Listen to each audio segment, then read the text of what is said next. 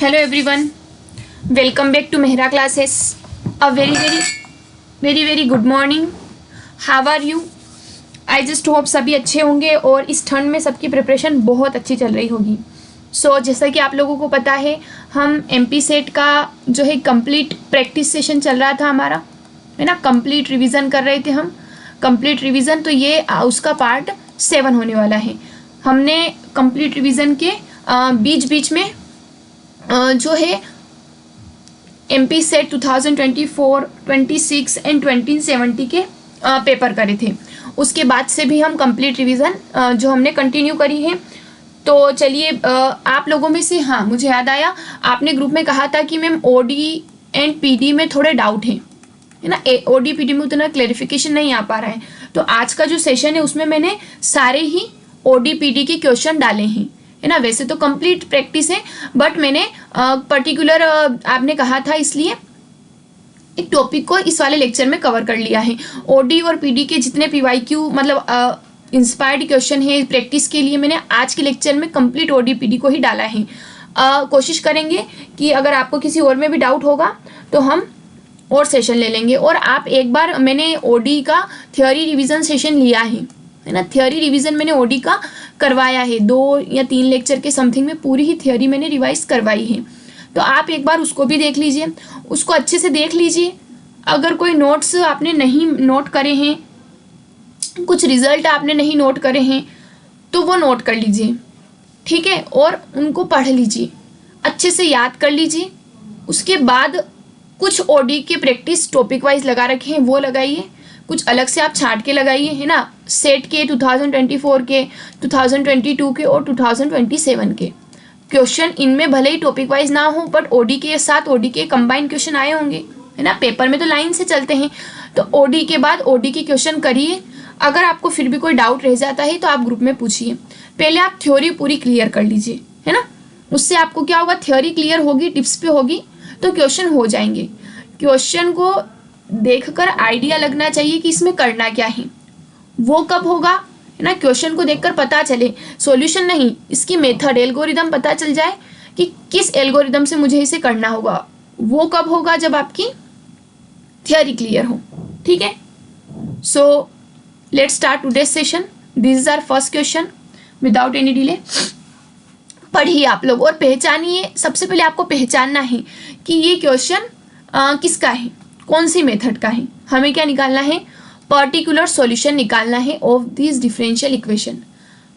Particular solution निकालने की हम कई मेथड पढ़ते हैं, है ना. कि जब RHS में e⁴ आ जाए, साइन या कोस आ जाए, है ना, या फिर ये फंक्शन ऑफ x बन जाए, या फिर e⁴ के साथ फंक्शन ऑफ x बन जाए.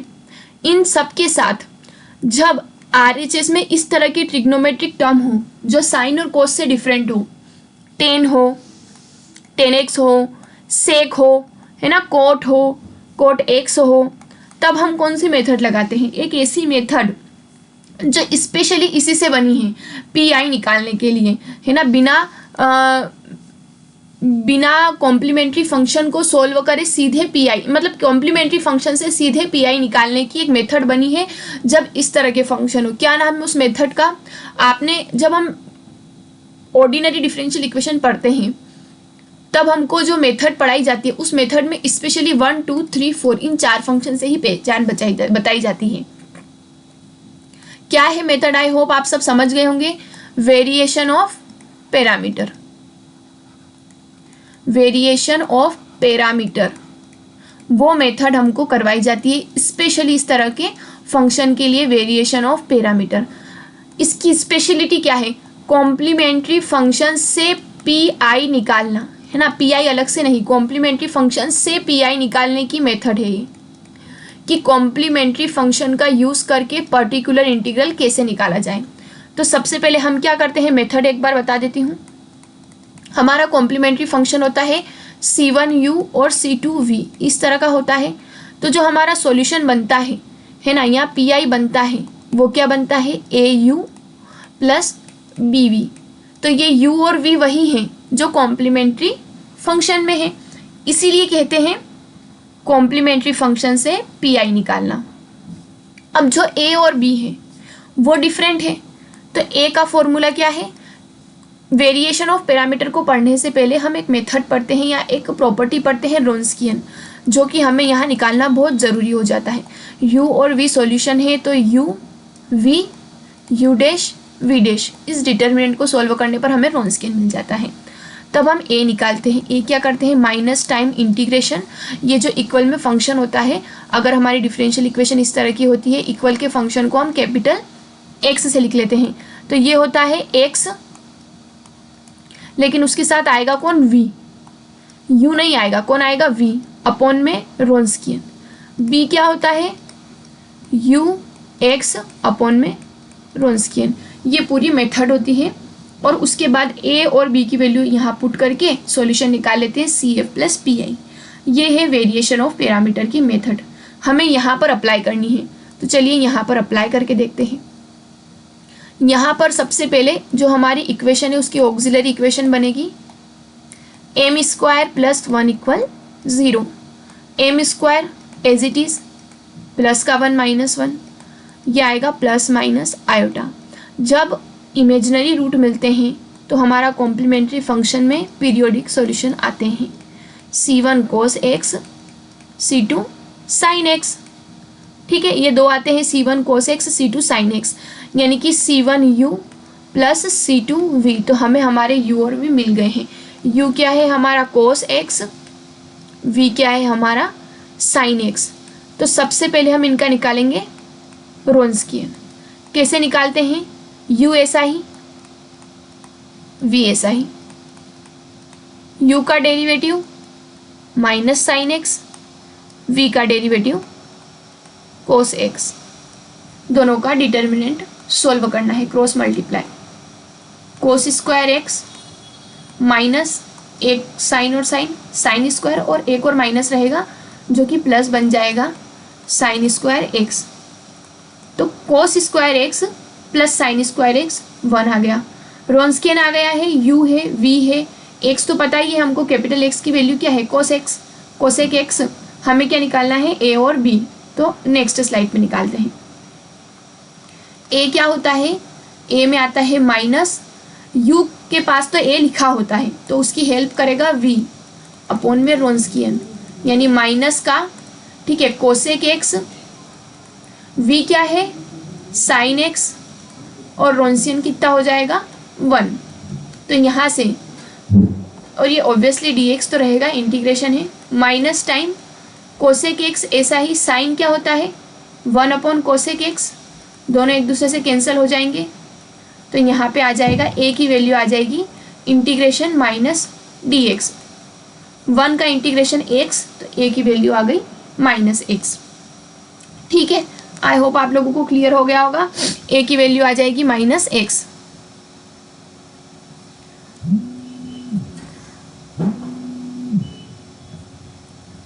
चलिए अब आगे, sorry for interruption, wait a minute, थोड़ा सिस्टम वर्क नहीं कर रहा है।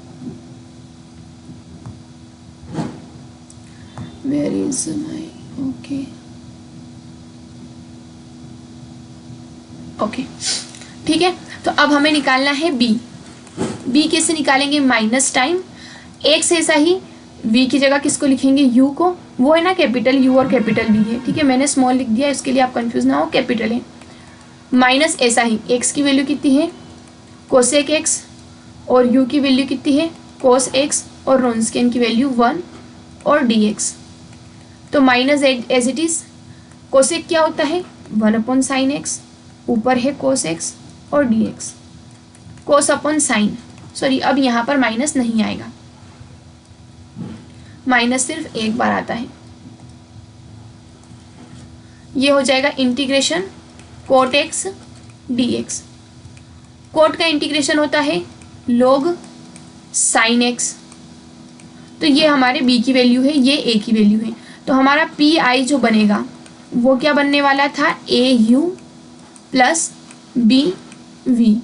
a मतलब माइनस का x, u मतलब कोस x, ठीक है, b मतलब log साइन x,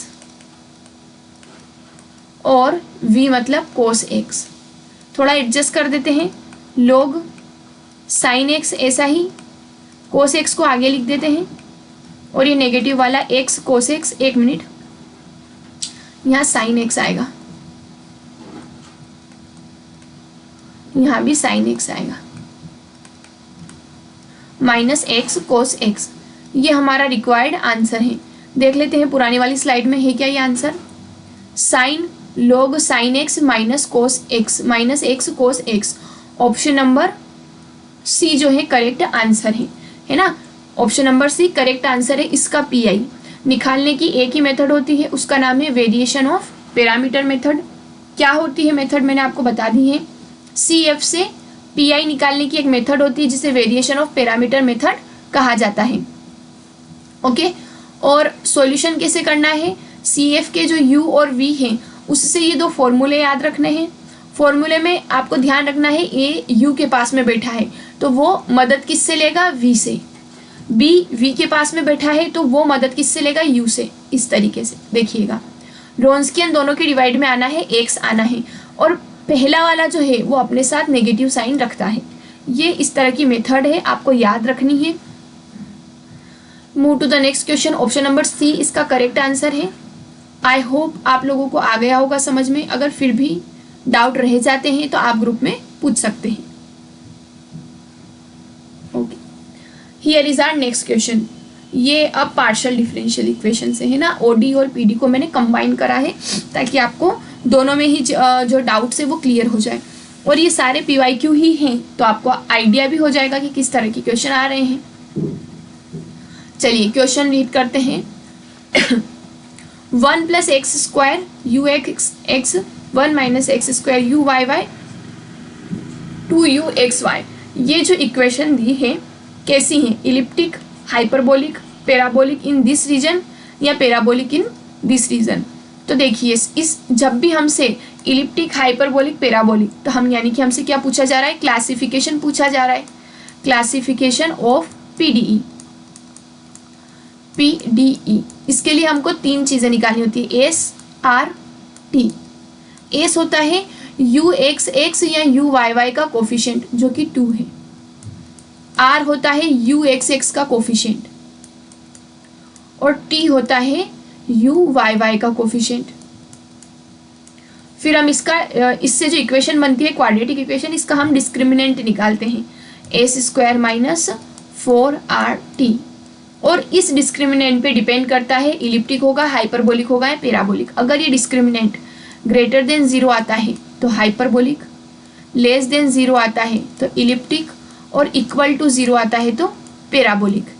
ये होते हैं 3 केस। अब हमारा S कितना है, 2 का स्क्वायर, 4 ऐसा ही, R मतलब 1 + x², T मतलब 1 - x²। इसको थोड़ा सॉल्व कर लेते हैं। 2 2 = 4, -4 ऐसा ही, A + B A - B A² - B²। Formula लगाया है। 4 -4 और 1 - x⁴। 4 माइनस का 4 अंदर जाएगा, ये हो जाएगा, 4 से 4 कैंसिल। अब हमारे पास क्या बचा है, 4x⁴।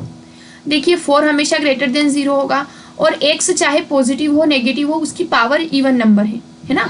x चाहे प्लस का हो, माइनस का हो, 0 से छोटा हो, बड़ा हो, लेकिन पावर कितनी है, प्लस है, तो वो हमेशा x⁴ 0 से बड़ी ही रहेगी। जैसे अगर -1⁴ ले लें तो भी 0 से बड़ा, या 1⁴ ले ले तो भी 0 से बड़ा, -9⁴ ले ले तो भी 0 से बड़ा, या 9⁴ ले ले तो भी 0 से बड़ा। यानी कि x पे फर्क नहीं जाएगा, हमेशा 0 से बड़ा। और 2 0 से बड़े यानी 2 पॉजिटिव नंबर है, प्रोडक्ट भी पॉजिटिव होगा। यानी कि x पे डिपेंड नहीं करता, x चाहे किसी भी रीजन में हो। ये पार्शियल डिफरेंशियल इक्वेशन हमेशा ग्रेटर देन 0 यानी हमेशा हाइपरबोलिक रहेगी। चाहे रीजन कुछ भी हो, कोई सा भी हो, हमेशा हाइपरबोलिक ये रहेगी। क्यों? क्योंकि हमें हमेशा 0 से बड़ी क्वांटिटी ही मिलेगी। और ये 0 कब होगा, ये 0 कब होगा, जब x 0 हो। यानी पैराबोलिक कब होगा, अगर इसको पैराबोलिक होना है, पैराबोलिक होना है if and only if x = 0 हो जाए। ठीक है, पैराबोलिक तब होगा जब x कितना हो जाए, 0। बट x 0 की कंडीशन इन्होंने दी नहीं है, तो यहां से पैराबोलिक नहीं होगा। वेट अ मिनट, मुझे एक अर्जेंट कॉल आ रहा है तो मैं थोड़ा जो है मैसेज कर देती हूँ कि मैं भी अटेंड नहीं कर पाऊँगी।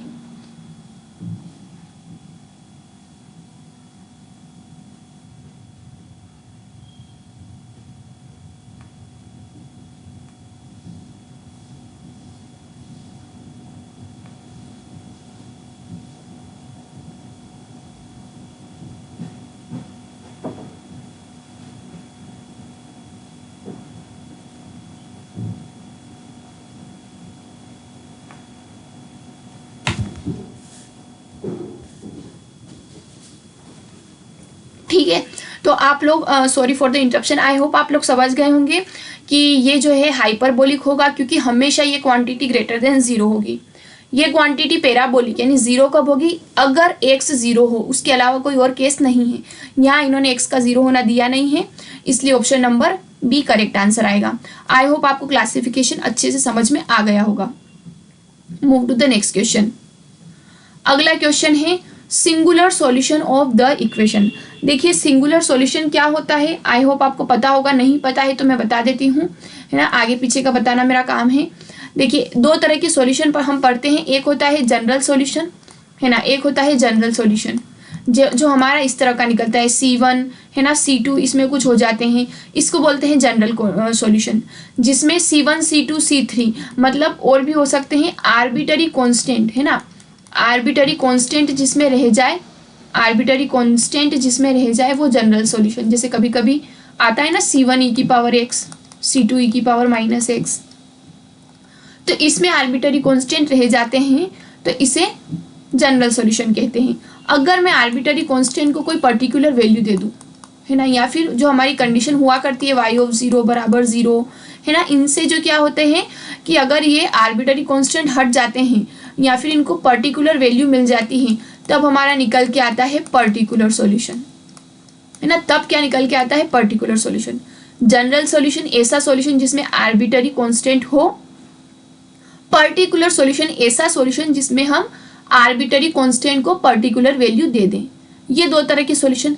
फिर एक आता है सिंगुलर सॉल्यूशन, एक आता है सिंगुलर सॉल्यूशन। उसकी डेफिनेशन ही यही होती है कि वो ना तो जनरल सॉल्यूशन होता है, ना ही पर्टिकुलर सॉल्यूशन होता है, ना ही इन दोनों की मदद से बनाया जा सकता है ना। A solution which is neither general solution nor particular solution और can not be obtained from general और पर्टिकुलर सॉल्यूशन, है ना, ना तो जनरल सॉल्यूशन ना पर्टिकुलर सॉल्यूशन, ना ही इन दोनों की मदद से लाया जा सकता है। ऐसे सॉल्यूशन को बोलते हैं पर्टिकुलर सिंगुलर सॉल्यूशन। तो सिंगुलर सॉल्यूशन निकालने की अलग अलग मेथड होती है। अब देखिए सिंगुलर सॉल्यूशन निकालते वक्त एक बात ध्यान रखनी है, जो dy/dx है उसको हम p से लिखते हैं। काय से लिखते हैं? p से। और उसके बाद अलग अलग स्टेप्स होती हैं। तो चलिए यहाँ देखते हैं कौन सी मेथड लगने वाली है। y डैश को काय से लिखेंगे? p से। तो हमारी इक्वेशन बन जाएगी p, इसको f मान लेंगे, p square minus x p plus y बराबर 0। ठीक है। अब देखिए अगर हमें सिंगुलर सॉल्यूशन निकालना है और हमारी डिफरेंशियल इक्वेशन p में क्वाड्रेटिक बन जाए, क्या हो जाए? p में क्वाड्रेटिक मतलब p में ऐसी इक्वेशन बन जाए, दो घात की जो है ना क्वाड्रेटिक इक्वेशन बन जाए जैसी यहाँ पर बनी है, तो उसका जो डिस्क्रिमिनेंट होता है b स्क्वायर माइनस 4ac बराबर 0, है ना, यही हमारा सिंगुलर सॉल्यूशन बन जाता है। ये पहला केस है। ये कब है? जब p में क्वाड्रेटिक बन जाए। आपको p में क्वाड्रेटिक दिख रही है? बिल्कुल दिख रही है ना। अगर p में क्वाड्रेटिक नहीं होगी तो क्या करेंगे वो आगे पढ़ेंगे, है ना, वो सॉल्यूशन आगे आने वाला है, तो वो आगे सवाल आएगा। लेकिन यहाँ हमको देखना है कि p में क्वाड्रेटिक बन गई है, दिख रही है आपको, p square minus x p plus y equal 0। अगर p में क्वाड्रेटिक इक्वेशन बन जाती है तो उसका जो डिस्क्रिमिनेंट होता है b स्क्वायर माइनस 4ac वही हमारा सिंगुलर सॉल्यूशन होता है। यहाँ b क्या है? p के आगे वाला कोफिशिएंट। a क्या है? p स्क्वायर का कोफिशिएंट। c क्या है? बची हुई टर्म। तो सिंगुलर सॉल्यूशन क्या हो जाएगा? b स्क्वायर माइनस 4ac बराबर 0, यानी कि माइनस एक्स स्क्वायर 4ac बराबर 0। यहाँ से एक्स स्क्वायर माइनस 4y बराबर 0। तो y की वैल्यू निकालनी है, तो y बराबर कितना हो जाएगा, एक्स स्क्वायर अपॉन 4। y बराबर एक्स स्क्वायर अपॉन 4, ये इसका सिंगुलर सॉल्यूशन है। Option number C is the correct answer. अब आप देखेंगे अगर आप इस डिफरेंशियल इक्वेशन को सॉल्व करते हैं तो इसका जनरल पर्टिकुलर कोई भी ये नहीं आएगा, ये एक अलग ही तरह का सॉल्यूशन है ना। तो ये सिंगुलर सॉल्यूशन है। निकालना क्या है, इस चीज़ को आप बिल्कुल याद रखिएगा, ये वाली, कि अगर हमारी p में क्वाड्रेटिक बन जाए, और p क्या है, dy/dx है ना, अगर उसमें क्वाड्रेटिक बन जाती है इक्वेशन, तो जो हमारा डिस्क्रिमिनेंट होगा वही सिंगुलर सॉल्यूशन होगा। अगर p में क्वाड्रेटिक नहीं बने तो क्या करें, तो हमको कुछ नहीं करना है, हमने इक्वेशन को p में कन्वर्ट कर दिया है। अब हमें इस p को एलिमिनेट करना है, इस p को ही हटाना है ना, इस p को हमें हटाना है, बार बार घ ही लिखा रहा है, इस p को हमें हटाना है ना, p नहीं चाहिए हमें, p को एलिमिनेट करना है। तो उसके लिए हम लगाते हैं, अगर नीचे जगह हो तो मैं अच्छे से समझा देती हूँ, कहीं ब्लैंक स्लाइड, इंडिपेंडेंट रन्स किया। चलिए यहाँ पर स्लाइड है, और एक मिनट हम वहीं से इंसर्ट कर लेते ना, क्या प्रॉब्लम है।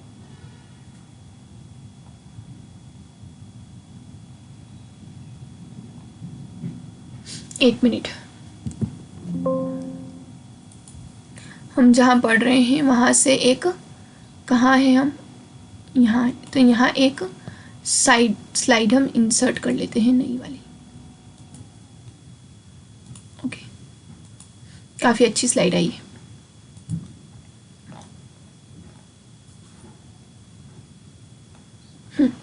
ये वाली, ओके।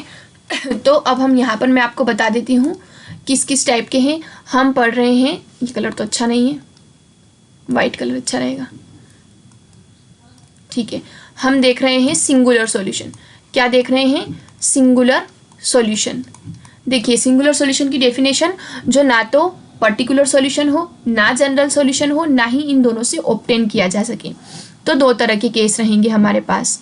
क्या है, चलिए उसमें भी एक और देख लेंगे, तीसरा तरीके का। सबसे पहले p को कैसे लिखना है, dy/dx को p से रिप्लेस कर देना है। तो हमें x f एक फंक्शन मिल जाएगा, x y और p का मिल जाएगा, जैसे ऊपर मिला था। पहली कंडीशन, अगर क्वाड्रेटिक बन जाए, है ना, क्वाड्रेटिक इक्वेशन बन जाए, क्वाड्रेटिक इक्वेशन इन p, अगर p में क्वाड्रेटिक इक्वेशन बन जाती है तो हम डिस्क्रिमिनेंट जो होता है ना, डिस्क्रिमिनेंट जो हम निकालते हैं, डिस्क्रिमिनेंट स्पेलिंग में जब मैं बोलती हूँ तो कभी कभी क्या है, स्पीड फास्ट हो जाती है, तो स्पेलिंग हम मैच नहीं कर पाते, तो उसको आप एडजस्ट कर लीजिएगा। b² - 4ac बराबर 0, यहाँ से निकालते हैं सिंगुलर सॉल्यूशन।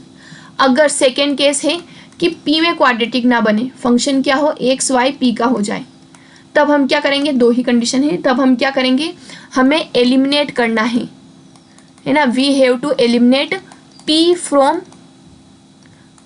इक्वेशन 1, है ना, हमें p को 1 से एलिमिनेट करना है। तो उसके लिए हम क्या करते हैं, p डिस्क्रिमिनेंट का यूज़ करते हैं।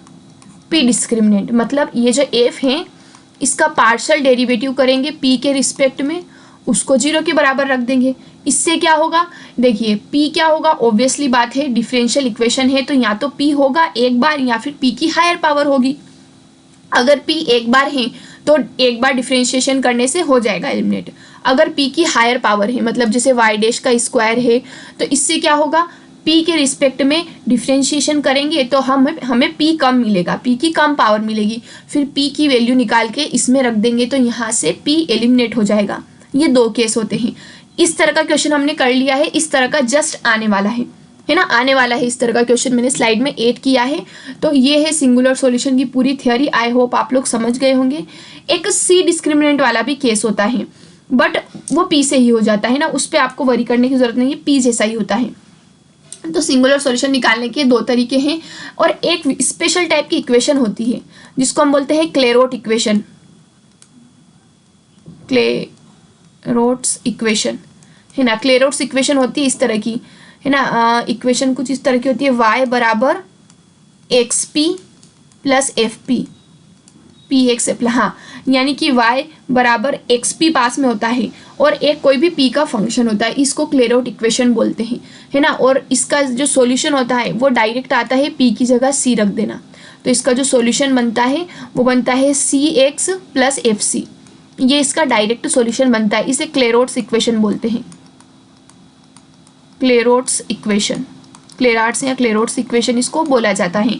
स्पेशल टाइप क्या है, ये है ना, दिख जाती है इस तरह की, दिख जाएगी आपको। एग्जाम्पल के लिए y बराबर P x plus P square plus 1 दिख रही है ना आपको। पी एक्स अलग से दिख जाता है, बाकी एफ पी का फंक्शन दिख जाता है। तो कुछ नहीं करना, पी की जगह सी रखना और फिर हमें क्या कर देना है, सॉल्यूशन निकाल लेना है। मैंने ये इक्वेशन की बात क्यों करी, क्योंकि इस इक्वेशन की एक स्पेशलिटी होती है, हर इन जनरली हर डिफरेंशियल पार्शियल डिफरेंशियल इक्वेशन के पास सिंगुलर सॉल्यूशन हो ऐसा ज़रूरी नहीं है, है ना। मेरा स्टेटमेंट सुनना, every partial differential equation need not have singular solution.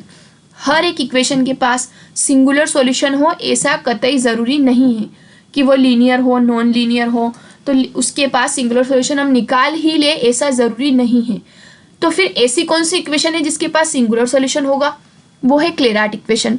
इसके पास ऑलवेज सिंगुलर सॉल्यूशन होता है।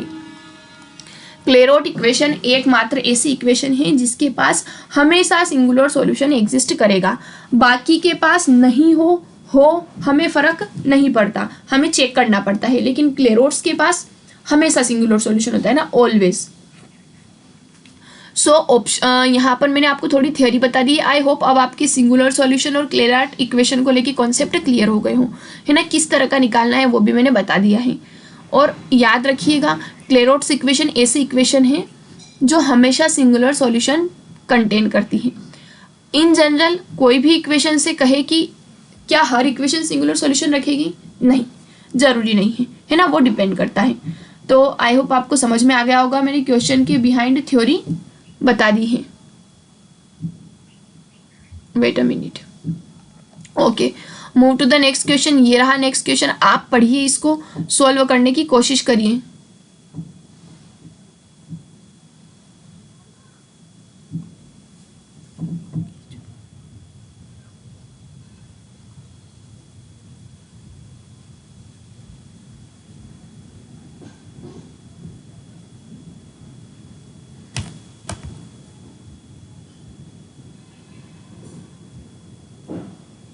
ओके, y1 एंड y2, देखिए क्वेश्चन क्या है, कलर चेंज करना पड़ेगा, वाइट ब्लैक, ठीक है, ब्लैक ही है। y1 and y2 two linearly independent solution, है ना। ये डिफरेंशियल इक्वेशन दी है जिसके दो सॉल्यूशन दिए हैं और दोनों लीनियरली इंडिपेंडेंट है। कंडीशन क्या है, y1 0 पे 1 है तो उसका डेरिवेटिव 0 पे 0 है, y2 0 पे 0 है तो y2 का डेरिवेटिव 0 पे 1 है। ये चार हमको कंडीशन दी है। तब हमें निकालना है रोन्स्कियन की वैल्यू 1/2 पर। तो देखिए, रोन्स्कियन की एक प्रॉपर्टी होती है, रोन्स्कियन, है ना, does not change its sign, does not change its sign. Wronskian कभी भी अपना साइन चेंज नहीं करता है। मतलब रोन्स्कियन, अगर मान लीजिए एक पॉइंट पर रोन्स्कियन ग्रेटर देन 0 हो गया, मान लो रोन्स्कियन 0 पे आ गया, 5 आ गया, मतलब 0 से बड़ा है, तो कहीं पर भी निकाल लो हर जगह ग्रेटर देन 0 ही आएगा। ये रोन्स्कियन की एक प्रॉपर्टी होती है। उसके बाद रोन्स्कियन के दो फॉर्मूला होते हैं। पहला वही फॉर्मूला जो हमने वेरिएशन ऑफ पैरामीटर में सॉल्व करा है, पहला सॉल्यूशन उसका डेरिवेटिव, दूसरा सॉल्यूशन उसका डेरिवेटिव, ये होता है फॉर्मूला, ठीक है। अब इस फॉर्मूले को हम यहाँ लगाएंगे, तो रोन्स्कियन कहाँ पर निकाल रहे हैं हम, 0 पर। पहला डेरिवेटिव 0 पर, उसका पहला सॉल्यूशन 0 पर, उसका डेरिवेटिव 0 पर, दूसरा सॉल्यूशन 0 पर, उसका डेरिवेटिव 0 पर, है ना। पहला सॉल्यूशन 0 पर, दूसरा सॉल्यूशन 0 पर, दोनों के डेरिवेटिव। रोन्स्कियन 0 पर निकाल लेते हैं, तो रोन्स्कियन 0 पर कितना आएगा, वैल्यू रखेंगे 1 0 0 1, कितना आ गया रोन्स्कियन 1, यानी कि रोन्स्कियन 0 पे तो आ गया है 1, ठीक है, एक पॉइंट पर 1 आ गया है, कोई प्रॉब्लम नहीं। अब एक पॉइंट पर 1 आ गया है, लेकिन हमें 0 पे नहीं निकालना है, हमें x/2 पे निकालना है। ये तो कब है, x बराबर 0 पर। तो ये पहला फॉर्मूला लगाया था। अब लगाएंगे रोन्सकियन का दूसरा फॉर्मूला, जिसको बोलते हैं एबेल्स फॉर्मूला। क्या बोलते हैं, एबेल्स फॉर्मूला। वो क्या फॉर्मूला है, रोन्सकियन जो होता है वो होता है कांस्टेंट e की पावर इंटीग्रेशन, जो एक बार डेरिवेटिव है उसका कोफिशिएंट, और जो 2 बार डेरिवेटिव है डिवाइड में उसका कोफिशिएंट। क्वेश्चन में कुछ मिसप्रिंट है, वाई?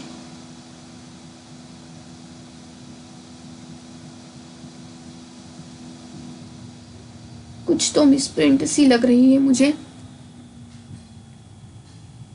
यहाँ कुछ मिसप्रिंट है, x/2 पर ही निकालना है। ठीक है, चलिए करते हैं। ओके है ना, तो y डैश का डेरिवेटिव और y डैश का कोफिशिएंट, और उसमें डिवाइड में हायर ऑर्डर का कोफिशिएंट, ये होती है रोन्सकियन का इन जनरल फॉर्मूला। अब इन जनरल ये कहाँ है, रोन्सकियन कहीं पर भी है, x पर है। अब इस इंटीग्रेशन को हमें सॉल्व करना है, तो हमें चाहिए होगी जगह। चलिए स्लाइड, आज इतनी कम स्लाइड कैसे ले ली मैंने, सॉरी फॉर देट। इसको मैं स्लाइड को और कर लेती हूँ इंसर्ट, हमें स्लाइड चाहिए ही चाहिए। तो यहाँ कौन सा वाला कर रहे हैं हम, ये वाला कर रहे हैं, तो यहाँ पर इंसर्ट कर लेते हैं स्लाइड, एक और कर लेते हैं, ज़रूरत होगी तो यहाँ आ जाएंगे।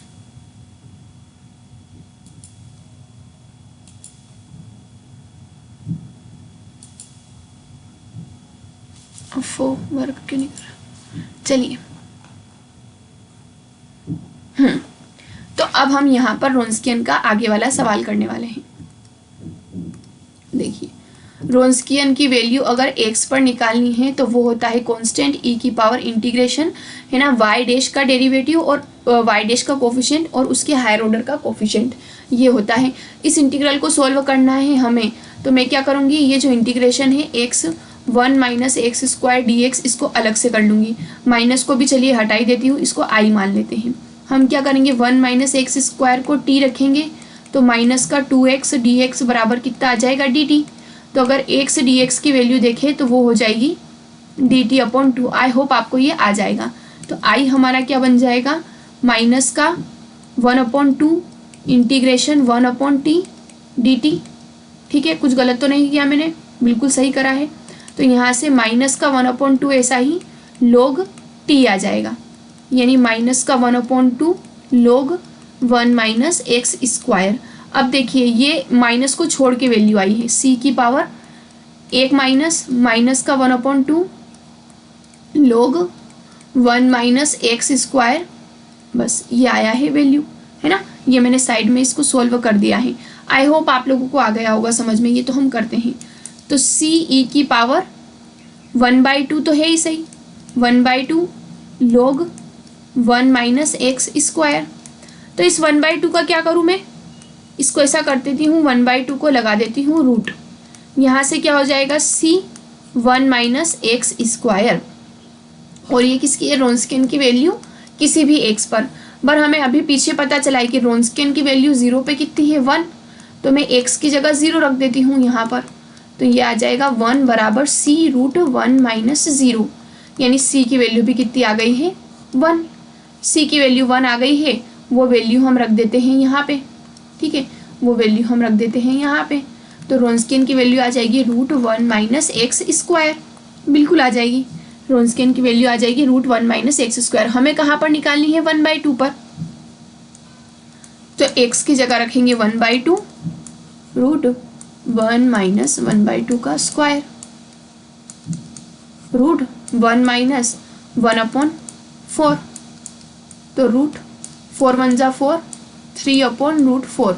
तो जो हमारा 4 है वो तो रूट से बाहर आ जाएगा, 3/2 बचेगा। तो 3/2 क्या कहीं आंसर आ रहा है, अरे वाह बिल्कुल आ गया आंसर। कलर चेंज करना पड़ेगा, बहुत अच्छी बात है कि आंसर आ गया, है ना। ये काफ़ी थोड़ा सा कॉम्प्लिकेटेड हो गया था, इसलिए क्या क्या करा है फटाफट से ब्रीफ कर देते हैं। रोन्सकियन के 2 फॉर्मूले होते हैं। क्या फॉर्मूला होता है, पहला, अगर सॉल्यूशन गिवन हो तो उन सॉल्यूशन और उनके डिफरेंशिएशन से निकालते हैं डिटर्मिनेंट। तो जो सॉल्यूशन हमको एक पॉइंट पे गिवन थे और इसको देख के ही समझ जाना है कि सामने वाला चाह रहा है कि हम 0 पे रोन्सकियन निकालें, है ना। सामने वाला चाह रहा है कि हम 0 पे रोन्सकियन निकालें।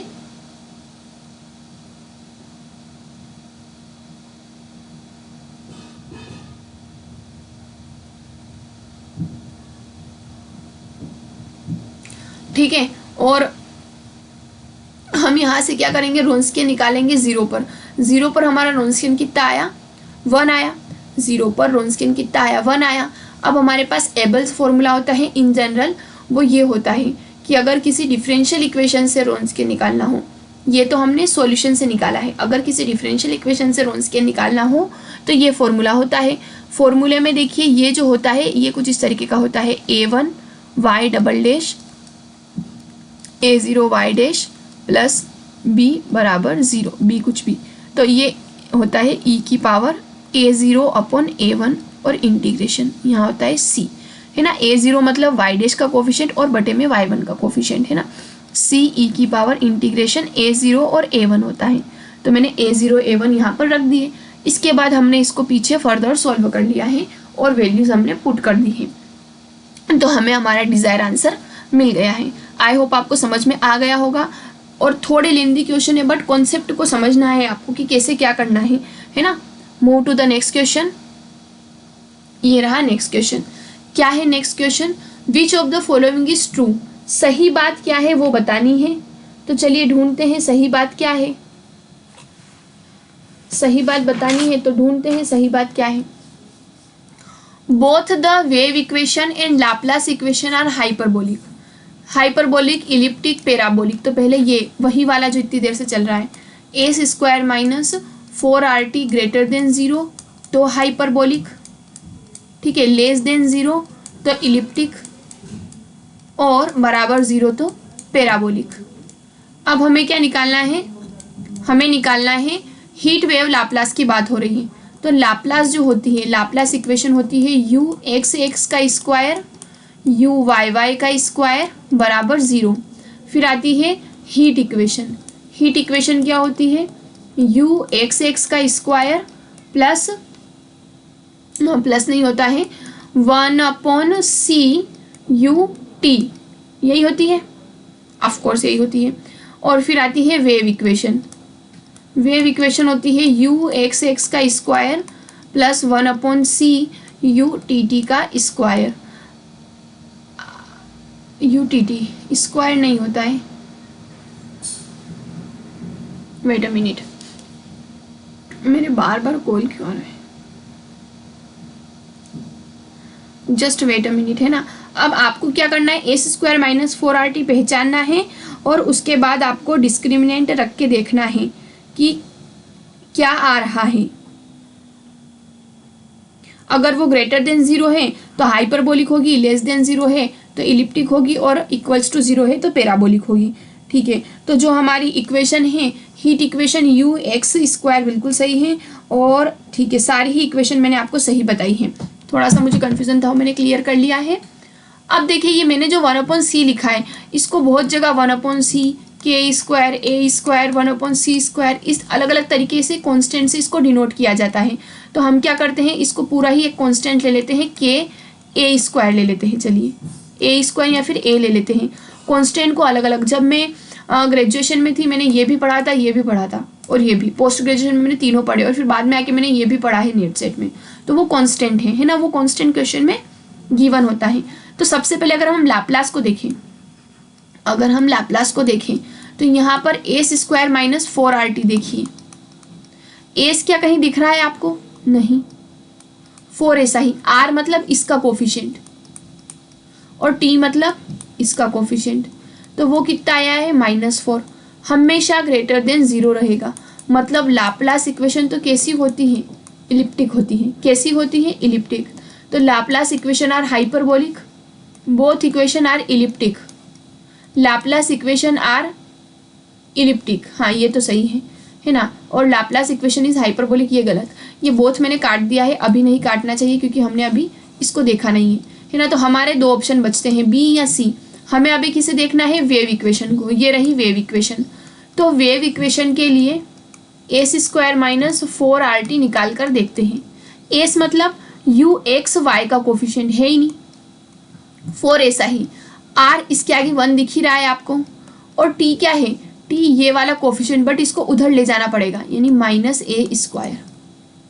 ठीक है, तो अब यहाँ से अगर इसको देखें तो माइनस से माइनस कैंसिल, 4A स्क्वायर हमेशा ही ग्रेटर देन 0 आता है। मतलब वेव इक्वेशन कैसी होती है, हाइपरबोलिक होती है। तो वेव इक्वेशन हाइपरबोलिक होती है, ये गलत ये सही। तो ध्यान रखेंगे कि लाप्लास इक्वेशन इलिप्टिक होती है, वेव इक्वेशन हाइपरबोलिक होती है। तो इससे ऊपर जो स्लाइड खाली छोड़ी है वहाँ मैं बता देती हूँ आपको, नोट है, इम्पोर्टेंट रिजल्ट है, तो लिख लेते हैं। क्या है रिजल्ट कि हमारी हीट इक्वेशन, वेव इक्वेशन, ये अपने शॉर्ट नोट्स में ज़रूर ऐड कर लीजिएगा, लाप्लास इक्वेशन। ठीक है, हीट इक्वेशन होती है यू एक्स एक्स का स्क्वायर बराबर a square u t. Wave equation होती है यू एक्स एक्स का square a square u t t का स्क्वायर, और लाप्लास होती है u x x square u t t का स्क्वायर बराबर 0। ये इक्वेशन और ये इक्वेशन ये आती है हमेशा हाइपरबोलिक होती है, ध्यान रखेंगे। ये इलिप्टिक होती है, एल फॉर लाप्लास और एल फॉर इलिप्टिक, है ना। इलिप्टिक तो बोल ही रहा है कि मेरे अंदर भर भर के 2 बार लाप्लास है ना। इलिप्टिक किसी भी ट्रिक से आप याद रखिए। और ये होती है पैराबोलिक, निकाल कर देखेंगे एस स्क्वायर माइनस 4RT हमेशा 0 आएगा, क्योंकि यहाँ पर एस भी 0 है। देखिए यहाँ पर एस है ही नहीं तो एस भी 0 है, आर है ही नहीं तो आर भी 0 है, तो एस स्क्वायर माइनस 4RT हर केस में 0 आएगा। तो यहाँ से हमेशा पैराबोलिक होगी। तो ये रिजल्ट अच्छे से याद रखिएगा, बहुत इंपॉर्टेंट है, लिटरली ये बहुत इंपॉर्टेंट है ना। क्या है रिजल्ट कि हीट इक्वेशन का क्लासिफिकेशन कैसा टाइप होता है, पैराबोलिक, है ना। Wave equation hyperbolic, Laplace equation elliptic. याद कैसे रखेंगे, इलिप्टिक के अंदर 2 बार एल है ना, तो इलिप्टिक बोलता है कि मैं तो 2 बार एल रख रहा हूँ, तो लाप्लास को भी अपने पास ही रखूंगा। एच और एच की हो गई है लड़ाई, हीट और हाइपरबोलिक कभी भी एक दूसरे से, है ना, बात नहीं करेंगे। एच और एच की हो गई है लड़ाई, सेम एलिमेंट लड़ते रहते हैं, है ना। 2 लोगों में अगर एक जैसे जो गुण होते हैं तो उनके बीच में अक्सर लड़ाई होती है। 2 लोगों की एक जैसे आते हो तो सेम बात पे लड़ाई हो ही जाती है। तो यहाँ भी एच है, यहाँ भी एच है, दोनों की हो गई है लड़ाई। हीट का हाइपरबोलिक से कोई लेना देना नहीं। वेव पैराबोलिक हो जाएगी, बचा क्या, देखिए लाप्लास इलिप्टिक हो जाएगी क्योंकि 2 बार एल कंटेन कर रहा है। एच और एच की लड़ाई हो गई है तो ऑप्शन यही बचता है कि एच को पैराबोलिक होना पड़ेगा और वेव को हाइपरबोलिक। ये मैंने आपको ट्रिक बता दी है, जैसे भी आप समझे इसको, चाइल्डिश फनी जैसा भी आपका मन हो आप समझ सकते हैं। क्योंकि अक्सर ऐसा होता है कि इक्वेशन लिखूं फिर डिस्क्रिमिनेंट निकालूं फिर क्लासीफाई करूं, इतना टाइम नहीं होता है। अगर हम याद रख सकते हैं तो अच्छी बात है। अब मुझे ये याद था तो मैं फटाफट टिक कर देती कि लाप्लास के अंदर एल है मतलब इलिप्टिक आना चाहिए, और एच की लड़ाई उस एच से हो गई है तो इसको तो वेव होना ही पड़ेगा। तो यहाँ से ऑप्शन बी डायरेक्ट करेक्ट हो जाता है। अगर हमने थ्योरी देख ली है बिहाइंड की कि कैसे रिजल्ट आया है, अब उसको याद कैसे करना है वो हमारी जिम्मेदारी है। किसी भी ट्रिक से याद करें, हर बार थ्योरी उतनी ही लिखनी जरूरी थोड़ी है। Move to the next question. अगला क्वेश्चन आई थिंक मेरे बताने से पहले आप लोग ही कर देंगे, क्योंकि इसे जो है हम पहले ही डिस्कस कर चुके हैं, जस्ट इसी लेक्चर में अभी कराए हमने थोड़ी देर पहले डिस्कस। तो देखते हैं क्या है। विच of the following first order ordinary differential equation has a singular solution. ऐसी कौन सी इक्वेशन जो हमेशा सिंगुलर सॉल्यूशन रखे, लीनियर, बर्नौली, एग्जैक्ट या क्लेरोट। तो आंसर है क्लेरोट। लीनियर इक्वेशन मतलब कोई भी जनरली कोई सी भी इक्वेशन ले लो, जरूरी नहीं सॉल्यूशन रखे। बर्नौली ऐसी होती है ना, ये इस तरह की जो इक्वेशन होती है वो बर्नौली होती है। हर बार अगर आप देखेंगे तो हम ग्रेजुएशन में पढ़ते थे कि हर बार इस तरफ वाई स्क्वायर आता था, फिर हम इसको इधर भेज के y की पावर -2 d2y/dx स्क्वायर करते थे, है ना। y की पावर -1 dy/dx करते थे, फिर t रख के सॉल्व करते थे। याद आया कुछ, इस इक्वेशन को बोलते हैं बर्नौली इक्वेशन। एग्जैक्ट का मतलब इस तरह की m/dx + n/dy बराबर 0, जहाँ पर एग्जैक्ट होने के लिए del m/del y बराबर del n upon del x होना ही चाहिए, तभी हमारी इक्वेशन एग्जैक्ट होती है। तो और लीनियर इक्वेशन तो कोई भी जनरल सी बराबर 0, ये हो गई लीनियर इक्वेशन। ठीक है, तो ये हमेशा सॉल्यूशन रखें। मैंने कहा था ऐसा कोई ज़रूरी नहीं है कि हर एक जो इक्वेशन है वो सिंगुलर सॉल्यूशन रखें। कौन रखती है सिंगुलर सॉल्यूशन? क्लेरोट हमेशा। कारण क्या है? इसका फॉर्म ही कैसा होता है, y बराबर P x plus F P, और इसका सॉल्यूशन क्या होता है? इसका सॉल्यूशन होता है p की जगह c रख दीजिए, तो या फिर यहाँ डायरेक्ट आप देखेंगे तो पार्शियल डिफरेंशिएशन करने से भी सॉल्यूशन निकल जाएगा। तो ये इक्वेशन हमेशा सिंगुलर सॉल्यूशन रखती है, नाम है इनका क्लेरोट्स इक्वेशन। अगला क्वेश्चन, इसके बाद मैंने स्लाइड छोड़ी थी, सोचिए। The eigen value lambda corresponding to eigen function, इस आइगन फंक्शन के करस्पॉन्डिंग आइगन वैल्यू निकालनी है। तो ये जो है इसको बोलते हैं स्टर्म लाइवल या स्टर्म लियोवलीज इक्वेशन है ना, ये होती है स्टर्म लियोवली इक्वेशन होती है। स्टर्म इक्वेशन होती है, स्टर्म सेपरेशन प्रॉब्लम होती है ना, पूरी स्टर्म थ्योरी होती है। तो अगर हमारी इक्वेशन इस फॉर्म की होती है तो उसके सॉल्यूशन, जिसको हम बोलते हैं आइगन फंक्शन, क्या होता है? मैं ट्रिक से बता देती हूँ, क्योंकि मेरा जो ओडी वाला सेशन है मैंने बहुत डिटेल में इसको डिस्कस करा है, लिटरली डिटेल में, तो मैं बार बार वही थियोरी यहाँ रिपीट नहीं करूँगी। मैंने प्रैक्टिस सेशन कराने समय भी इसको डिटेल में डिस्कस करा था, फिर उसके बाद मैंने जब थ्योरी लाई थी तब भी इसको डिटेल में डिस्कस करा था, इसलिए मैं डायरेक्ट ट्रिक से बताऊँगी। अगर इस तरह की है और ये ही बाउंड्री कंडीशन होती है जो दी है कि दोनों पॉइंट पे 0 हो, तो हमारा आइगन फंक्शन होता है y बराबर sign n pi x upon L. L मतलब ये जो ए लिखा है ना, इसकी जगह एल होता है, कोई भी लेंथ, और लेमडा एन आइगन वैल्यू होती है n square pi square upon l square. तो यहीं पर हम रखेंगे। तो इस वाले क्वेश्चन में एल की जगह ए है, बाकी कोई भी चेंजेस नहीं है। तो हमारा जो सॉल्यूशन बनेगा पहले वो बनेगा sine n pi x upon a, फिर उसकी जो आइगन वैल्यू बनेगी वो क्या बनेगी? लेमडा एन बराबर n square pi square upon a square. इन्होंने क्या पूछा है? आइगन वैल्यू फिर आइगन फंक्शन। तो जो हमारा आंसर हो जाएगा इस तरह का होना चाहिए, आइगन वैल्यू कोमा लगा के आइगन फंक्शन। ये जहाँ पर है वही करेक्ट आंसर है, जो कि ऑप्शन नंबर सी में डायरेक्ट दिख रहा है, और तो कहीं नहीं दिख रहा है। कोस तो होता ही नहीं है, रूट का कोई काम ही नहीं है, इसमें कन्फ्यूज़न हो सकता था, बट याद रखिएगा है ना, ये रिजल्ट है। रिजल्ट को मेंशन कर लीजिए कि आइगन फंक्शन इस तरह का दिखता है और आइगन वैल्यू इस तरह की दिखती है। अगर 90, देखिए मैं बताती हूँ आपको कि जो PYQ पूछे गए हैं इसके जस्ट बाद कम से कम 2 से 3 बार अगर PYQ पूछे गए तो चेंजेस क्या करे हैं? सिंपल सा चेंज, ए की जगह पाई है, मतलब y पाई पे 0 दे दिया जाता है ना। तो यहाँ भी पाई रखते हैं, पाई से पाई कैंसिल हो जाता है, यहाँ पाई रखते हैं, पाई से पाई कैंसिल हो जाता है। 1-2 बार में π/2 दिया है, उससे क्या हो जाएगा? पाई से पाई कैंसिल, और वो जो 2 है n π/2 बच जाएगा। यहाँ क्या होगा? पाई से पाई कैंसिल और वो 4 ऊपर आ जाएगा। ये 2 क्वेश्चन PYQ हैं, है ना, ये 2 क्वेश्चन PYQ हैं। तो ध्यान रखिएगा, आपको ये थ्योरी याद करनी है ना। मैंने यहाँ पर जो लिखा है ना, इसको मैं रफ करके लिख देती हूँ ताकि आपको याद रहे। रेड पेन से लिखते हैं कि 2 PYQ पूछे हुए हैं, जहाँ एल की जगह एक बार पाई दिया है और एल की जगह एक बार π/2 दिया है। इससे क्या हो जाता है? यहाँ n स्क्वायर बन जाती है और यहाँ 4n स्क्वायर बन जाती है आइगन वैल्यू, ये वाली। इससे सॉल्यूशन निकला है। तो ये PYQs हैं, तो मैंने आपको बता दिए हैं। तो इसकी डिटेल थ्योरी सेशन में है, आप चाहे तो वहाँ से देख सकते हैं। Move to the next question. yx be the solution of this differential equation, then what? Limit कहाँ जाएगी y की जब x जाएगा इन्फिनिटी को? तो पहले अब आपको दिख रहा है नॉन होमोजीनियस है, तो हमें CF भी निकालना पड़ेगा और PI भी निकालना पड़ेगा। तो चलिए निकाल के देखते हैं CF भी और PI भी। तो क्या है CF? CF के लिए सबसे पहले इसकी ऑक्सिलरी इक्वेशन बनानी पड़ेगी। Auxiliary equation m square plus 3m plus 2 बराबर 0।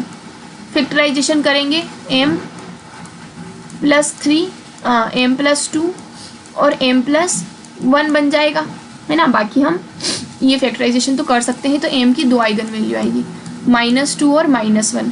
तो इससे क्या होगा, CF बनेगा e की पावर C1 e की पावर -2x, C2 e की पावर -x। अब इधर निकालना है PI। आई होप आपको CF निकालना आ गया होगा, ये काफ़ी बेसिक होता है। PI कैसे निकालते हैं, sin x ऐसा ही इसको लिखेंगे, है ना, इसको D में लिख देते हैं, D² + 3D + 2 और y, है ना, तो D² + 3D + 2। अगर साइन वाला फंक्शन हो, sin a x हो, तो हम क्या करते हैं, D² की जगह -a² रखते हैं।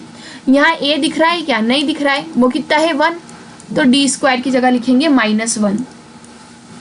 sin x ऐसा ही D² की जगह -1 का स्क्वायर + 3D + 2। मैंने यहाँ गलत लिख दिया है, -1 ही लिखते हैं सिर्फ, यहाँ आएगा -1। तो ये क्या हो जाएगा, sin x, 3D आगे 2 में से 1 गया तो 1। अब मैं यहाँ कर देती हूँ, sin x और 1 + 3D है ना, ये स्टेप्स होती हैं। अगर इसको हटाना है तो हम क्या करेंगे, इसका रेशनलाइजेशन करते हैं, 1 - 3D से मल्टीप्लाई, 1 - 3D से डिवाइड। तो साइन का d का मतलब क्या होता है, d का मतलब होता है d/dx। तो साइन और 1 का मल्टीप्लाई sin x, 3 ऐसा ही साइन का डिफ्रेंशिएशन करेंगे with respect to x, cos x आ जाएगा, नीचे क्या बन जाएगा, a + b, a - b, तो a² - b²। इससे क्या हो जाएगा, sin x - 3 cos x 1 - 9d²। इससे आगे पीछे करेंगे, स्लाइड खाली।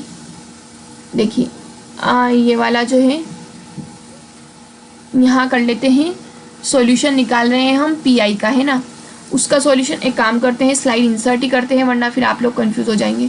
मैं है ना अगली बार से एक काम करूँगी, हर एक के बाद 2-2 स्लाइड इंसर्ट कर लूँगी। कहाँ है, हम यहाँ करनी है स्लाइड इंसर्ट, तो यही करते हैं, अदरवाइज़ क्या है, ज़्यादा पीछे जाएंगे फिर आप लोगों को हो जाएगा कन्फ्यूज़न। ठीक है, फटाफट चले जाते हैं, आज तो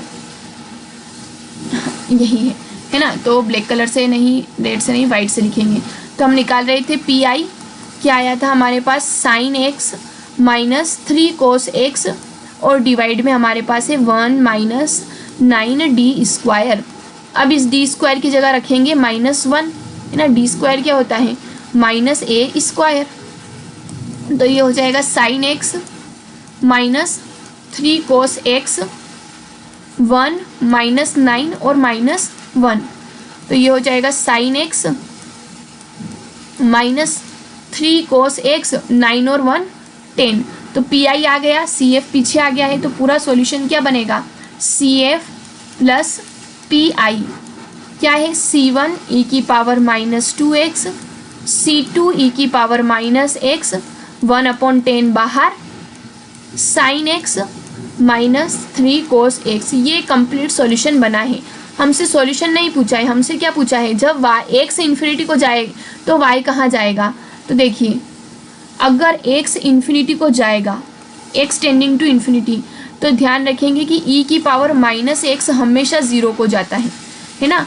अगर x e की पावर -इन्फिनिटी 0 होता है, e की पावर -इन्फिनिटी 0 होता है, ध्यान रखेंगे। तो ये 0 को चला गया, ये भी 0 को चला गया। अब अगर x इन्फिनिटी को जाए, अगर लिमिट अगर हमको देखनी है, थोड़ा ऊपर लिख देते हैं, limit x tending to infinity, x infinity को जाए तो चाहे साइन हो या कोस हो, साइन इन्फिनिटी कोस इन्फिनिटी कुछ भी नहीं होता है, ये ओसिलेट करता है। ये क्या कर देता है, ओसिलेट कर देता है, ओसिलेटरी, कि -इन्फिनिटी को जा रहा है, +इन्फिनिटी को जा रहा है, पाई को जा रहा है, -पाई को जा रहा है, ऐसा कुछ हम डिसाइड नहीं कर पाते क्योंकि ये पीरियोडिक फंक्शन है, तो ये ओसिलेटरी बिहेव करते हैं। तो इन दोनों की लिमिट तो मिल ही नहीं पाएगी, इन दोनों की लिमिट तो एग्जिस्ट ही नहीं करती क्योंकि ये ओसिलेट करते हैं। तो ये लिमिट भले ही 0 जा रही है बट इनकी लिमिट एग्जिस्ट नहीं करती है, तो ओवरऑल y की लिमिट भी एग्जिस्ट नहीं करेगी। क्यों, क्योंकि ये पीरियोडिक फंक्शन है। ये क्या है, पीरियोडिक है, पीरियोडिक, स्पेलिंग तो गलत होगी ही होगी, है ना, पीरियोडिक है ये फंक्शन। तो ये ओसिलेट करते हैं, ये ओसिलेट, इनकी लिमिट फिक्स होती ही नहीं है। तो कुल मिला के ई की पावर माइनस इन्फिनिटी तो जीरो को जा रहा है, ये दो तो जीरो को जा रहे हैं, बट हमारा जो पी आई है ये लिमिट एग्जिस्ट नहीं कर पा रहा है, तो कुल मिला के वाई की लिमिट भी एग्जिस्ट नहीं करेगी। तो डज नॉट एग्जिस्ट वाला जो ऑप्शन है वो हो जाएगा करेक्ट, है ना। Does not exist is the correct answer, इसकी लिमिट एग्जिस्ट नहीं करेगी। क्यों नहीं करेगी हमने पूरा देख लिया है, ठीक है। इसके बाद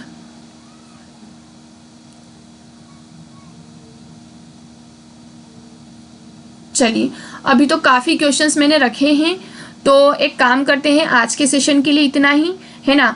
अब ओडीपीडी के आई होप आपको आज के लेक्चर में बहुत बेनिफिट मिला होगा, है ना। वेरियस टाइप ऑफ ओडीपीडी हमने कर ली है, अगला जो सेशन रहेगा वो भी ओडीपीडी को स्पेशली डेडिकेट कर देंगे, ठीक है। तो आई जस्ट होप कि इससे आपको हेल्पफुल हो जाए, आपको मदद मिल जाए कि कैसे क्या करना है ना। आज के सेशन में हमने क्या क्या कर लिया है देखेंगे, काफ़ी थ्योरी हमने करी है। सबसे पहले हमने वेरिएशन ऑफ पैरामीटर मेथड पढ़ ली है, मोस्ट इंपॉर्टेंट मेथड है। कीवर्ड क्या है, CF से PI निकालने की मेथड है वेरिएशन ऑफ पैरामीटर। जब भी इस तरह के फंक्शन दिख जाए, है ना, साइन कोस को छोड़ के कुछ और दिख जाए, तो फटाफट वेरिएशन ऑफ पैरामीटर पे चले जाना है। पूरी थ्योरी मैंने आपको इसकी यहाँ बता दी है, क्वेश्चन भी सॉल्व कर लिया है। उसके बाद अगर PDE पूछे और क्लासिफिकेशन ना पूछे, ऐसा तो हो ही नहीं सकता, क्लासिफिकेशन से ज़रूर क्वेश्चन बनता है। और हम इतने क्वेश्चन प्रैक्टिस कर चुके हैं अब तो कि आपको क्लासिफिकेशन आ गया होगा, है ना, क्लासिफिकेशन आ गया होगा। अब आता है सिंगुलर सॉल्यूशन। सिंगुलर सॉल्यूशन की मैंने यहाँ आपको थ्योरी बता दी है, क्या होता है देखिए। सिंगुलर सॉल्यूशन, है ना, ऐसा सॉल्यूशन जो ना तो जनरल सॉल्यूशन हो ना पर्टिकुलर हो, ना इन दोनों की मदद से आए, उसे कहेंगे सिंगुलर सॉल्यूशन। अगर P में क्वाड्रेटिक मिल जाए, इस तरह की P² माइनस 2P या 2xP प्लस y बराबर 0 मिल जाए, है ना, तो हम क्या करते हैं, डिस्क्रिमिनेंट निकाल लेते हैं B² माइनस 4AC से। और अगर P में क्वाड्रेटिक नहीं बनती है, P में क्वाड्रेटिक नहीं बनती है, तो हम क्या करते हैं, P को हटाना है किसी भी तरीके से, तो हम पहले तो क्या करते हैं, y डैश की जगह P रख देते हैं। फिर ये जो F है इसको बोलते हैं P डिस्क्रिमिनेंट निकालना, मतलब P के रिस्पेक्ट में पार्शियल डेरिवेटिव करना और उसको 0 के बराबर रखना, ठीक है। पार्शियल डेरिवेटिव करना और उसको 0 के बराबर रखना, रख दिया 0 के बराबर। इससे P को एलिमिनेट करने में इजी हो गया। और इसका जो क्वेश्चन है इसी सेशन में था, बट अब हम कल इसको करेंगे। इसका क्वेश्चन मैं लेके आई हूँ ताकि आप लोगों की प्रैक्टिस हो जाए। फिर एक थर्ड टाइप आता है क्लेरोट इक्वेशन। उसमें क्या होता है कि हमको सॉल्यूशन निकालना बहुत ईजी पड़ जाता है P की जगह C रख के, है ना। ये सॉल्यूशन निकल गया, तो आप कहेंगे मैम सिंगुलर सॉल्यूशन कैसे निकालें। अब C को हटाना है, तो हम लगाते हैं C डिस्क्रिमिनेंट, मतलब C को del F upon del C 0 कर दो, तो C को हटा देंगे, तो हमेशा क्लेरोट इक्वेशन का सिंगुलर सॉल्यूशन एग्जिस्ट कर जाएगा, ठीक है। उसके बाद हमने रोन्स्कियन पढ़ा है। रोन्स्कियन निकालने के 2 फॉर्मूले हैं। ये तो तब जब सॉल्यूशन गिवन हो, है ना, जब हमको सॉल्यूशन गिवन हो तब हम ये, और ये तब जब हमको डिफरेंशियल इक्वेशन गिवन हो। जब डिफरेंशियल इक्वेशन गिवन हो तो ये सॉल्यूशन, ये फॉर्मूला, और जब ये हो तो सॉल्यूशन गिवन हो तब ये। और ये लाइन आप याद रखिएगा, रोन्स्कियन कभी भी अपना साइन चेंज नहीं करता है। अगर क्वेश्चन में बोल दें कि रोन्स्कियन A पे ग्रेटर देन 0 है और रोन्स्कियन B पे लेस देन 0 है किसी इंटरवल में, तो सरासर गलत, मना ही कर देना कि ना ऐसा नहीं हो सकता। या फिर ऐसा गिवन हो कि रोन्स्कियन एक पॉइंट पे -5 है, तो रोन्स्कियन की वैल्यू x पर निकालिए और ये चारों ऑप्शन दे दिए जाए, मान लीजिए चारों ऑप्शन दे दिए A B C D, और बोल दिया कि रोन्स्कियन 0 पे -5 आ रहा है, तो आप बोल देंगे चारों ही गलत है। क्यों? क्योंकि अगर एक पॉइंट पे छोटा है 0 से, तो ये तो चारों 0 से बड़े हैं, तो ऐसा तो हो ही नहीं सकता, तो ये गलत हो जाएगा, है ना। डज नॉट चेंज साइंस का मतलब ये होता है कि इस तरह से साइन चेंज नहीं करता रोन्स्कियन। रफ ही नहीं हो रहा है, तो चलिए छोड़िए, ठीक है। अगला, उसके बाद हमने रोन्स्कियन निकालने की मेथड पढ़ ली है। ये वाले रिजल्ट को बहुत ज़्यादा इंपॉर्टेंट है, याद रखिएगा। ट्रिक मैंने आपको बता दी है किस तरह से करना है कि H की तो हो गई है लड़ाई, और अगर इलिप्टिक 2 बार L रख रहा है तो एक बार को इसमें भी 2 बार L आ रहे हैं, 2 बार L आ रहे हैं, इसमें भी 2 बार L आ रहे हैं। इलिप्टिक में 2 बार L, लाप्लास में 2 बार L, एक बार P एक बार P, बिल्कुल जुड़वा भाई बहन लग रहे हैं ना। 2 बार L और एक बार P, 2 बार L और एक बार P। H की हो गई है लड़ाई, तो हीट हाइपरबोलिक को नहीं जाएगा, तो जाएगा किसको, हीट को पैराबोलिक को जाना पड़ेगा, तो वेव को जाना पड़ेगा इसको। उसके बाद ये हमने इसी से करा है। फिर हमने बता दिया है कि क्लेरोट्स इक्वेशन ऑलवेज, है ना, Clairaut's equation always have singular solution. ध्यान रखिएगा, एकमात्र ऐसी इक्वेशन जो सिंगुलर सॉल्यूशन रखे, बाकी रखे ना रखे क्लेरोट जरूर रखेगी। ठीक है, उसके बाद स्लाइड खाली। फिर हमने स्टर्म थ्योरी पढ़ ली है और मैं आपको रिक्वेस्ट करूंगी कि आप ओडी के सेशन में जाकर एक बार स्टर्म थ्योरी ज़रूर देखें, क्योंकि बहुत इंपॉर्टेंट है, क्वेश्चन पूछे जाते हैं। तो मैंने आपको यहाँ तो स्टैंडर्ड सॉल्यूशन बता दिए, वहाँ डिराइव्ड करके भी बताए हैं, और उसके बाद ही हमने जो है निकाल लिए हैं सॉल्यूशन वगैरह। अब इसके आगे के जो क्वेश्चन है माय डियर फ्रेंड्स, हम करेंगे कल के सेशन में, और भी क्वेश्चन मैं ऐड कर दूँगी। So wait a minute. Okay, thank you for today's session and have a very very happy learning. कोई भी डाउट हो तो आप ग्रुप में पूछ सकते हैं। ठीक है, जैसा आपने ओडी कहा था, मैंने ओडी भी कवर किया है। Thank you.